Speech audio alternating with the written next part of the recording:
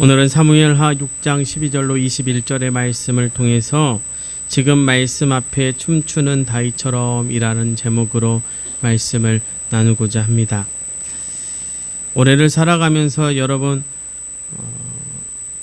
어떤 예배자로 우리가 하나님 앞에 서 있습니까? 코로나19 시대에 우리는 신앙이라고 하는 것과 사회 문제라고 하는 것이 충돌하는 시기 속에 있습니다. 이때 교회는 무엇을 가지고 가야 할까? 신앙의 자유인가? 아니면 사회적 책임인가? 라고 하는 문제 속에서 교회가 이제 고민해야 하고 선택해야 할 때가 되었습니다. 그러나 중요한 것은 교회는 분명히 사회적인 책임을 져야 하고 교회에는 사회의 빛과 소금의 역할을 감당해야 한다라고 하는 책무가 우리에게 있다라고 하는 것이죠. 하나님의 구원이 교회에만 있는 것이 아니라 교회를 넘어서서 온 인류 가운데 있었고 예수 그리스도의 그 보혈의 능력은 우리에게만 머물러 있는 것이 아니라 우리를 통해 세상을 향해 흘러가게끔 되어져 있다라고 하는 사실을 우리는 기억해야 할 줄로 믿습니다. 그래서 우리는 생명을 파괴하는 자리, 생명을 죽이는 자리에 서서는 안 됩니다. 그래서 늘 믿는 사람의 자리는 생명을 살리고 생명을 소중히 여기며 그 생명을 구원하는 일에 우리의 삶의 자리, 우리의 또 사명의 자리가 그 자리에 있어야 함을 우리는 기억해야 할 줄로 믿습니다. 그래서 신앙의 자유냐 사회적 책임이냐의 문제는 충돌되어지는 문제가 아니라요. 사회적 책임을 가지고 있는 사람은 그 안에서 어떻게 신앙의 자유를 누릴 것인가에 대해서 고민해야 한다라고 하는 것입니다. 여러분, 예배라고 하는 것 중요하지요. 근데 예배라고 하는 것을 우리는 이 시대에 다시 한번 고민하면서 예배를 모인다라고 하는 한 가지 개념으로만 우리는 적용하고 생각해서는 안 된다라고 하는 것입니다. 단순히 모이는 것이 예배라면 여러분 얼마나 좋겠습니까? 그러나 예배의 개념을 우리는 조금 이 시대에 바꾸어 갈 필요가 있는 것이죠. 그래서 대면 예배냐 비대면 예배냐 이런 것이 중요한 것이 아니라 오늘 우리가 우리의 삶에서 어떻게 예배자로 살아갈 것인가를 더 고민해야 하는 시기가 이 시기일 줄로 믿습니다. 그래서 우리가 드리는 예배를 통해서 우리가 어떻게 하나님의 영광을 드러낼 것인가, 그리고 우리는 삶에서 어떻게 예배자의 모습으로 살아갈 것인가를 고민해야 할 줄로 믿습니다. 이것이 우리의 기도의 제목이어야 합니다. 세상이 우리를 탄압하는구나. 대면 예배를 못 드리게 하고 언론과 정부가 교회를 타겟 삼아서 교회만 잘못하고 있다라고 말하는구나. 여러분, 이것은 아주 잘못되고 편협한 생각일 수 있다라고 하는 것이죠. 여러분, 넓게 생각해 보십시오. 여러분, 우리의 잘못된 행동 하나가 누군가를 죽인다면, 여러분 이런 말 있지 않습니까? 무심코 던진 돌에 개구리가 맞아서 죽는다면, 여러분 어쩌면 우리가 가져야 할 사회적 책무를 우리는 지키면서 사회적 책임을 지켜나가면서 이 시대에 어떻게 예배를 드릴 것인가에 대한 예배에 대한 개념을 오늘 말씀을 통해서 조금 바꾸어 갔으면 좋겠습니다. 예배라고 하는 것에 대해서 고민합니다. 제가 지금 이 시간에 날마다 말씀을 준비하면서 제일 먼저 고민하는 것이 예배가 무엇인가 하는 것입니다. 예배가 모여서 드려지는 것만이 예배인가? 예배가 교회당 안에서만이 드려지는 것이 예배인가? 물론 맞습니다. 그런 예배가 중요하지요. 대면 예배, 함께 모여서 함께 드리는 예배 중요합니다. 그러나 이곳에 있는 여러분이 예배에 대한 개념을 다시 한번 고민하고 바꾸지 않는다면 여러분, 우리는 날마다 모이는 데만 집중하게 될 것이고 그곳에는 말씀도 없고 하나님도 없게 될 것입니다. 그렇다면 예배라고 하는 것이 무엇인가라고 하는 것이죠. 예배는요, 하나님을 나의 하나님으로 인정하는 첫 번째 우리의 신앙의 행위입니다. 뭐라고요? 하나님을 나의 하나님으로 인정하는 첫 번째 신앙의 행위입니다. 그리고요, 예배는요, 삶을 바꾸어가는 자리입니다. 뭘 바꾼다고요? 삶을 바꾸는 자리입니다. 내 중심으로 살았던 삶을 하나님 중심으로 바꾸고요. 내 생각만 가지고 살았던 나의 삶의 자리를 하나님의 생각으로 채워가는 것. 내 뜻대로, 내 오름대로 살았던 것, 내가 정의라고 생각했던 것들을 버리고 하나님의 오름, 하나님의 정의로 나아가는 자리가 예배의 자리입니다. 그래서 여러분, 우리의 삶의 자리가 예배의 자리로 바뀌지 않으면 우리는 진정한 예배자로 이 땅 가운데 설 수 없다라고 하는 것이죠. 그래서 사랑하는 성도 여러분, 우리는 단순히 드리는 예배가 아니라 삶 속에서 그렇게 되기를 소망하는 예배로 우리의 예배의 개념이 바뀌어져야 할 줄로 믿습니다. 존 파이퍼 목사님이 이런 이야기를 하더라고요. 온 세상이 무너져 내리는 가운데서도 하나님께서 모든 것을 다스리신다는 확신이 우리에게 반드시 필요하다. 여러분, 저는 이것이 예배라고 생각합니다. 이 말이 뭐냐면 온 세상이 무너지고 내 상황이 좋지 않고 내 것이 무너진다 할지라도 그곳을 다스리시는 분, 내 삶을 다스리시는 분, 우리를 다스리시는 분이 하나님이라고 고백하고 믿는 것이, 그리고 그것을 말하는 것이 예배자여야 하고요. 그것이 예배라고 하는 것입니다. 그런 관점에서 우리는 우리의 삶을 살아가야 할 줄로 믿습니다. 근데 이것을 사실로 믿고 살았던 사람이 있다라고 하는 것이죠. 우리는 오늘 그 사람을 만나게 될 것입니다. 자신의 모든 것이 무너진 상황 속에서도 자신을 다스리는 분이 하나님임을 믿고 언제나 어디서나 예배자로 살았던 사람, 바로 다윗입니다. 어떻게 다윗이 하나님 앞에 춤추는 예배자로 살 수 있었을까요? 그래서 오늘 말씀을 통해서 우리가 생각해 볼 수 있는데요. 그것은 다윗에게 있어서 예배는 장소가 아닌 삶에서 어떻게 살아가야 하느냐라의 문제로 늘 그는 받아들였다라고 하는 것이죠. 내가 하나님 앞에 어떻게 사는 것이 예배인가? 다윗은 늘 이것을 고민하면서 살았던 사람이라고 하는 것입니다. 그렇습니다. 예배는 장소가 아닙니다. 삶의 문제입니다. 오늘 말씀을 통해서 우리 또한 다윗과 같은 예배자가 되기를 소망합니다. 오늘 다윗을 통해서 우리 모두가 말씀 앞에 춤추는 다윗처럼 춤추는 예배자가 되시기를 간절히 축원합니다. 오늘 본문 말씀은 이렇게 시작합니다. 다윗이 이제 이스라엘의 왕이 되었습니다. 첫 번째로 한 일이 무엇입니까? 바로 왕이 된 후에 첫 번째로 한 일은 하나님의 언약궤, 바로 하나님의 궤를 예루살렘으로 옮기는 일이었습니다. 왜 그랬을까? 존 브라이트가 쓴 이스라엘 역사라고 하는 책에서 하나님의 궤를 옮기는 것에 대해서 이렇게 기록합니다. 다윗이 이스라엘 옛 제도들의 정신적인 영향력을 알고 있었다는 것입니다. 그래서 예루살렘을 정치적인 수도뿐 아니라 하나님의 궤를 옮김으로써 종교적 수도로 만들려 했다는 것입니다. 즉 하나님의 궤를 옮김으로써 그는 이스라엘의 정치적인 통일뿐만 아니라 정신적인 종교적인 통일을 이루어서 자신의 정치적이고 종교적이고 정신적인 입지를 강화하는 데 목적이 있었다고 이야기합니다. 전 동의합니다. 하지만 오늘 이런 다윗의 목적에 저는 관심이 있지 않습니다. 하나님의 궤를 대하는 다윗의 태도에 더 관심이 있습니다. 하나님의 궤를 대하는 그 태도가 바로 예배자의 태도이기 때문에 그렇습니다.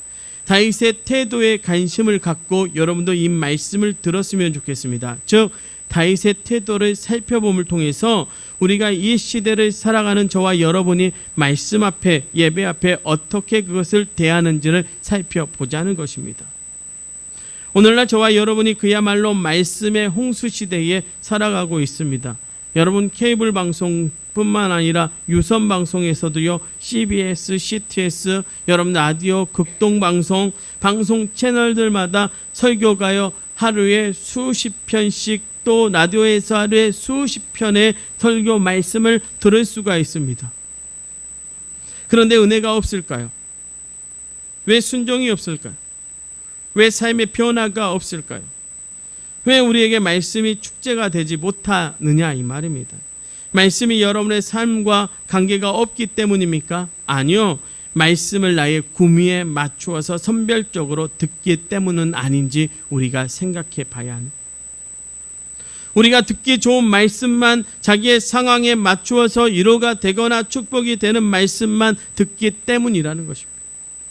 나의 귀에 듣기 좋은 설교가 은혜로운 설교이고 좋은 설교이고, 그런 설교를 하는 설교자가 좋은 설교자로서 생각하는 오늘 한국교회의 모습이 우리 안에 있다라고 하는 것입니다. 그리고 그 모습이, 말씀이 우리의 삶에 축제가 되지 못하고 말씀 앞에서 춤추는 다윗처럼 춤추지 못하게 만드는 이유가 되는 것입니다. 물론 사랑하는 우리 동북교회 가족들은 그러지 않으리라 저는 믿습니다. 그래서 다윗이 하나님의 계를, 또 하나님의 선지자를 통해서 다윗에게 선포하는 말씀을 대하는 태도를 우리는 돌아보면서 우리의 모습을 다시 한번 생각해 봐야 할 줄로 믿는 것입니다. 오늘 말씀의 다윗은 첫 번째 하나님의 계를 옮기는 일에 실패한 후 3개월 동안 오벳 에돔의 집에 모셔진 하나님의 계로 말미암아 그의 집과 그의 소유가 복을 받았다는 사실을 듣게 되는 말씀으로 시작을 합니다. 그 소식을 다윗에게 전했을 때 다윗은 기쁨의 소식으로 그것을 들었습니다. 와, 하나님의 계를 어떻게 모셨길래 그가 복을 받았단 말인가 라고 하는 것이죠. 다윗은 눈으로 그것을 직접 확인하고 싶었고, 그것을 눈으로 확인함과 동시에 이제 하나님의 계를 예루살렘으로 옮기기를 원했던 것입니다. 그래서 그곳으로 직접 갑니다. 그 실제 갔더니 오벳에돔이 하나님의 계를 말씀대로 잘 모시고 있는 것을 보게 되었습니다. 그리고 그의 가정이 정말로 복을 받았다는 것을 알게 되었습니다. 아, 이제 우리도 하나님의 계를 옮겨야 되겠구나. 하나님의 계를 예루살렘으로 옮겨야 되겠구나. 그래서 우사가 했던 실수를 하지 않기 위해서 제사장을 부르고 레위인들을 불렀습니다. 그리고 그들로 하여금 어떻게 하나님의 계를 옮겨야 하는지를 들었고, 그리고 그들이 말한 대로, 그리고 말씀이 말한 대로 레위 사람들, 제사장들에게 메어서 옮기게 합니다. 역대상 15장 12절은 우리에게 그것을 이렇게 말씀해 주고 있습니다. 그들에게 이르되 너희 레위 사람 내 지도자이니 너희와 너희 형제는 몸을 성결하게 하고 내가 마련한 곳으로 이스라엘 하나님 언약궤를 메어 올리라고 말합니다. 왜 그렇게 했습니까? 전에 규례대로 하지 않아서 하나님께서 우사를 찢으신 일을 그가 기억하고 있었습니다. 이어지는 역대상 15장 13절은 우리에게 이렇게 말씀입니다. 전에 너희가 매지 아니하였으므로 여호와께서 우리를 찢으셨으니 이는 우리가 규례대로 그에게 구하지 아니하였음이라. 그렇습니다.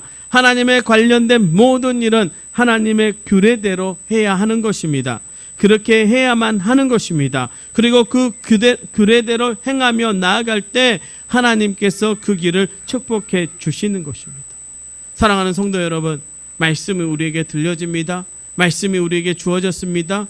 우리는 어떻게 살아가야 합니까? 그 말씀대로 살기를 노력해야 합니다. 그리고 우리의 삶에서 그 말씀이 이루어져 가기를 소망해야 하는 것입니다. 오벳 에돔을 통해서 다윗은 그것을 알게 된 것입니다. 그리고 나아가 하나님의 말씀을 대하는 다윗의 태도입니다. 오늘 말씀을 보면 다윗이 하나님의 언약궤가 들어올 때에 어떻게 했다라고 말씀하고 있습니까? 사무엘하 6장 14절의 말씀입니다.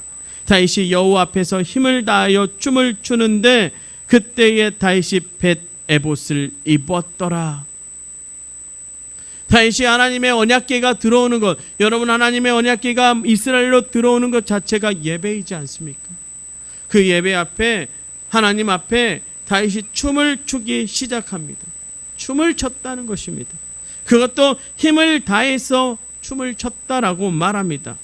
그 다음을 보시면 오늘 본문에 이 춤을 추다가 라는 이 말이요, 점점 더 강조되어 가는 것을 볼 수 있습니다. 우리가 읽지 않았지만 5절에서도 춤을 추다라는 히브리어 언어가 사용되는데 바로 샤하크라는 말을 사용합니다. 그런데 14절에서 카르카르라고 하는 히브리어를 사용하는데요, 이 샤하크라보다는요 카르카르가 더 활발하게 움직이는 모습을 나타내는 낱말로 다윗이 점점 더 활발하게 하나님의 궤 앞에서 춤을 췄다라고 합니다. 여러분에게 묻습니다. 여러분 주일을 기다리면서요, 이 예배당을 올라오면서 여러분 어떤 마음과 어떤 태도로 올라오십니까? 여러분 춤이 춰주십니까? 하나님을 만나는 그 사실 때문에, 하나님을 만난다는 그 사실 때문에, 하나님의 말씀을 듣는다는 그 사실 때문에 여러분이 춤을 추면서 덩실덩실 춤을 추면서 예배의 현장으로 오고 계십니까? 목사님, 코로나 시대에 춤을 추다니요? 아니요, 춤춰야죠. 예배는 춤추는 것입니다. 예배는 하나님 앞에 우리의 모든 것을 내어드리고 춤을 추는 행위입니다. 다윗이 그것을 알았습니다. 다윗이 춤춘다라고 하는 행위가요, 단순히요, 여러분 기억하십시오. 그것이 춤을 추는 것이 기쁨의 춤이 아니라 자기 자신을 드리는 다윗의 행위였습니다. 그 이후에 그것을 우리가 알 수 있죠. 그럼 그 모습에 그의 아내 사울 왕의 딸이었던 미갈이 뭐라고 말합니까? 그를 업신여기면서 말합니다. 당신이 왕의 채통을 못 지켰습니다. 아이고, 왕이 돼가지고 옷이 벗겨지도록 춤을 추다니요. 허허이고 참 망신입니다. 부끄럽지 않습니까? 여러분, 우리가 예배 드리는 것이 부끄러운 행위입니까? 부끄러운 일입니까? 이제 부끄러움의 시대로 가버렸습니다. 그런데 부끄럽지 않기를 소망합니다. 여러분, 우리가 자의적 책임을 다하면서도 우리는 신앙의 자유를 지켜나가야 합니다. 우리가 예배 드리는 것이 부끄러운 행위가 아니라 하나님 앞에 당연히 드려야 할 우리의 행위임을, 우리의 신앙임을, 우리의 믿음임을 우리는 우리의 삶을 통해서 보여야 할 줄로 믿습니다. 그것은 단순히 우리의 삶이 그냥 그리스도인의 삶으로 살아가는 그 삶을 통해서 우리가 이 땅에서 빛과 소금의 역할을 감당하는 것뿐만 아니라 우리의 삶의 자리가 예배의 자리로 바뀌게 되면 우리는 예배의 현장 속에서 춤을 출 수밖에 없는 것이죠. 다윗이 그랬습니다. 다윗이 뭐라고 말합니까? 다윗이 사무엘하 6장 21절 상반절에 미갈에게 이렇게 말합니다. 내가 당신 앞에서 한 것이 아니라 여호와 앞에서 한 것이라. 이 상황을 보니 이렇게 한 것 같습니다. 허허이, 당신 말도 안 되는 소리 하고 있군요. 내가 당신 앞에 춤을 췄습니까? 내가 당신 앞에 춤을 추면서 잘 보이기를 원했습니까? 아니요, 나는 하나님 앞에 잘 보이기를 원합니다. 나는 하나님 앞에서 춤춘 사람입니다. 당신이 그거밖에 안 되니 당신의 집안이 망할 수밖에 없지요. 나는 하나님 앞에서 춤췄고 하나님 앞에서 발광했습니다. 그것이 무엇이 잘못이요? 나는 하나님 앞에서 춤추기를 소망합니다. 그것이 다윗의 예배입니다. 그것이 말씀이 들어올 때 다윗이 축제로 받아들일 수 있고, 예배의 현장 앞에서 그가 춤을 추면서 그 예배의 자리에 나아갈 수 있는 힘인 것입니다. 그의 춤은 하나님 앞에서 한 것입니다. 그는 다른 사람들의 눈을 의식하지 않았습니다. 여러분이 베에봇이라고 하는 옷이 어떤 옷이냐면 이렇게 목이 이렇게 돼가지고요, 이게 벗겨질 수밖에 없습니다. 격렬하게 춤을 추면 벗겨질 수밖에 없습니다. 우리가 그냥 벗겨졌다라고 말하지만요, 아마 알몸의 상태일 수도 있습니다. 그가 백성들 앞에서, 제사장 앞에서, 레위인 앞에서 춤을 추는데 옷이 다 벗겨졌다는 것이죠. 그런데 그것을 부끄러워하거나 두려워하거나 자기의 어떤 위치를 생각한 것이 아니라 그가 누구를 생각했어요? 하나님을 생각했다라고 하는 것이죠. 여러분, 이제요, 우리가 이 시기에 우리의 예배가 더 기뻐야 할 줄로 믿습니다. 여러분, 우리는 이 시기에 우리의 예배의 자리를 고민해야 할 줄로 믿습니다. 여러분의 예배의 자리는 어디에 있습니까? 사람의 눈앞에 있습니까? 세상의 눈앞에 있습니까? 그래서는 안 됩니다. 여러분, 우리의 예배의 자리는 하나님 앞이어야 할 줄로 믿습니다. 여러분, 날마다 고백하십시오. 나는 하나님 앞에 춤추는 자가 되기를 소망한다고. 나는 하나님 앞에 춤추는 자가 되기를 소망한다고. 여러분, 예배를 그렇게 드릴 수 있는 이유, 그가 선별적으로 자기의 기준에 맞춰서 예배를 생각하지 않았기 때문입니다. 여러분, 다윗의 생애가 왜 축복된 생애입니까? 그는 하나님만 바라봤거든요. 자기 기준으로 산 게 아니라 하나님의 기준으로 살려고 애를 썼기 때문입니다. 하나님의 기준으로 살려고 애를 쓰니까 하나님 앞에 서는 게 즐거웠고 하나님 앞에 서는 게 행복했습니다. 그는 하나님 앞에 서는 것을 두려워하지 않았습니다. 그에게 자신에게 주어진 환경과 상황이 중요한 것이 아니라 내가 오늘 하루를 어떻게 하나님 앞에 서는가를 더 중요시 여겼다는 것이죠. 그래서 그는 고백하지 않습니까? 나의 궁전에서 1000년을 사는 것보다 당신의 성에서 당신의 전에서 내가 하루를 살아도 파수꾼으로 살아도 당신의 전에서 사는 것이 나에게 행복입니다. 그가 고백하지 않습니까? 내가 사망의 음침한 골짜기를 다닐지라도 해를 두려워하지 않을 것은 주께서 나와 함께 하시기 때문입니다. 모든 초점과 감각과 생각과 뜻과 힘이 어디를 향해 있습니까? 하나님을 향해 있다라고 하는 것이죠. 여러분의 예배는 어떻습니까? 저의 예배는 어떤가 물었습니다. 여전히 눈치를 봅니다. 목사가 어떻게 해야 되는 것이 되는가? 사람의 눈치를 봅니다. 사람의 눈을 의식합니다. 세상의 눈을 의식합니다. 다윗이 보니까 그렇게 하지 않았더라고요.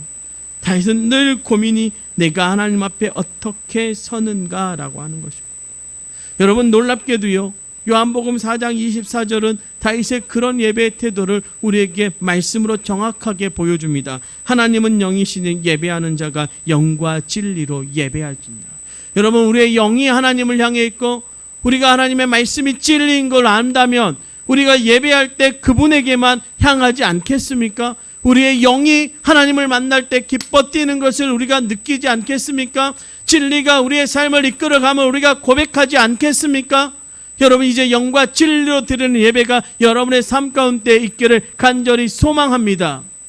여러분, 하나님의 우리를 향한 뜻이 무엇일까요? 우리가 말씀 앞에서 어떻게 춤추기를 소망할까요? 그것을 데살로니가전서 5장 16절로 18절은 우리에게 이렇게 말씀합니다. 항상 기뻐하라, 쉬지 말고 기도하라, 범사에 감사하라. 이것이 그리스도 예수 안에서 너희를 향하신 하나님의 뜻이니라. 이것을 말씀으로 예배로 우리에게 적용해보면 이렇습니다. 여러분의 예배는 항상 기뻐해야 할 줄로 믿습니다. 여러분의 상황과 환경과 조건과 관계없이 여러분이 예배 드리는 자리에서 항상 기뻐해야 할 줄로 믿습니다. 여러분의 삶의 자리에 하나님이 함께 하신다면 그것이 여러분의 삶의 예배의 자리라면 그것이 기쁨의 자리가 되기를 간절히 축원합니다. 여러분, 그곳에서 쉬지 않고 하나님과 대화하십시오. 여러분, 예배는 하나님과 대화하는 것 아닙니까? 여러분, 우리가 하나님 앞에 춤추는 예배자, 하나님만 바라보는 예배자라면 우리는 하나님의 뜻을 구해야죠. 그러기 위해서 우리가 우리의 기도가 끊임없이 일어나야 할 줄로 믿습니다. 여러분, 예배자가 하나님 앞에 올바로 선다면 그의 입술의 고백은 뭡니까? 감사입니다. 내 환경이 어때? 내 조건이 어때? 이게 아니라 그냥 감사입니다. 내 환경과 상황과 조건과 관계없이 감사입니다. 휴가 중에 한 개척교회 목사님을 만났습니다. 이런저런 이야기하던 중에 개척교회 목사님, 그 선배 목사님께서 이런 얘기 하더라고요. 여러 가지 제안이 들어온대요. 어디 교회가 은퇴한 목사님이 이제 뭐 조건을 걸고 자기에게 오라는 거예요. 근데 안 가겠다는 거예요. 그러면서 이분이 고백하는 거예요. 이렇게 고백하더라고요. 내 삶의 자리에서 내 성도들이 몇 명이냐가 중요한 것이 아니라 내가 어떻게 감사하면서 하나님 앞에 살아가는 것이 더 중요한 것 같아, 배 목사. 그러면서 저한테 이렇게 간곡히 부탁하더라고요. 너는 너의 자리에서 감사하며 살고 나는 나의 자리에서 감사하며 살자. 여러분, 여러분의 삶의 자리에 감사가 있습니까? 여러분의 예배의 자리에 감사가 있습니까? 사랑하는 성도 여러분, 여러분의 삶의 자리가 감사의 자리가 되기를 간절히 소망합니다. 여러분이 감사를 입으로 고백할 때 여러분은 춤을 출 수밖에 없을 것입니다. 여러분, 우리가 숨 쉬는 것조차도 감사 아닙니까? 우리가 눈을 뜨고 이 자리에 앉아 있는 것이 우리의 감사 아닙니까? 우리가 주의 보혈이 우리의 삶에 흐른다라고 고백할 수 있다라고 하는 이 입술을 가진 것이 감사 아닙니까? 여러분, 우리가 음식의 냄새를 맡을 수 있는데 여기에 음식의 냄새만 맡는 게 아니라 예수 그리스도의 향기 맡게 하시는 코를 가진 것이 우리에게 감사 아닙니까? 세상의 소리만 듣고 살아가면서 좌절하고 낭망하고 살 수 있는데 하나님이 우리로 하여금 우리의 귀에 그의 말씀을 주시면서 너 잘하고 있다, 강하고 담대하라, 내가 너와 함께한다라고 하는 그 말씀을 우리의 귓가에 들려주시는 그 하나님의 음성이 우리의 귀에 들리니 이것이 감사 아닙니까? 여러분, 우리가 두 손 모아 기도할 수 있는 것, 그리고 남을 도울 수 있는 힘을 주시니 우리에게 이 두 손의 능력을 주셨으니 이것 감사 아니겠습니까? 우리 사랑하는 권사님들, 걸어서 저 계단 올라올 때마다 아이고 아이고 하지만 그 계단 올라오는 그 모습이 아름답다는 것, 그 두 발로 하나님 앞에 오신다라고 하는 그것이 감사 아닙니까? 사랑하는 성도 여러분, 감사로 예배 드리는 자들이 되십시오. 감사로 말씀 앞에 순종하는 자들이 되십시오. 다시 그렇게 살았습니다. 어떤 말씀이든지 그 말씀을 기쁨으로 받아들였고 그 자리가 하나님의 앞에 선다면 그것을 기쁨으로 받아들였던 사람이 다윗이었고, 이제 이 시대를 살아가는 저와 여러분이 되기를 간절히 소망합니다. 사랑하는 성도 여러분, 우리의 삶에서 하나님의 뜻, 우리가 어떤 환경과 상황 속에서도 예배자로 서고 우리가 어떤 상황과 환경 속에서도 기뻐하고 기도하고 범사에 감사하는 자로 설 수 있다면 우리는 춤추는 예배자가 될 수 있습니다. 그때야 비로소 주의 말씀이 여러분의 발에 등이 되는 것이고 여러분의 빛이 될 수 있는 것입니다. 이제 말씀을 정비합니다. 말씀을 듣는 사람도 많고 예배를 드리는 사람도 많습니다. 은혜 받았다라고 고백하는 사람도 많습니다. 그러나 우리가 이제 기준을 바꾸십시다. 누가 기준이 되어? 하나님이 기준이 되어야 할 줄로 믿습니다. 그냥 하나님 자체가 여러분에게 기쁨이 되기를 소망합니다. 하나님의 말씀을 듣는 것이 여러분에게 기쁨이 되기를 축원합니다. 하나님을 만나는 것 자체가 여러분에게 소망이 되기를 간절히 축원합니다. 이제 하나님 말씀 앞에 춤추는 예배자로 살아가십시다. 이제 저와 여러분의 예배가 기쁨의 예배요, 하나님 앞에 춤추는 예배요, 세상을 바라보는 것이 아니라 하나님을 바라보는 예배가 되기를 간절히 축원합니다. 그리고 하나님이 여러분의 복이 되시기를 간절히 축원합니다. 기도하시겠습니다. 사랑해 주님 감사합니다. 우리를 춤추는 예배자로 부르셨으니 이제 우리의 삶에서 주님만 바라보며 춤추게 하여 주시옵소서. 어떠한 상황과 환경 속에서도 주님 바라보게 하여 주시옵시고 주님 앞에서 춤추며 살아가는 복된 삶이 되게 하여 주시옵소서. 예수님의 이름으로 기도하옵나이다. 아멘.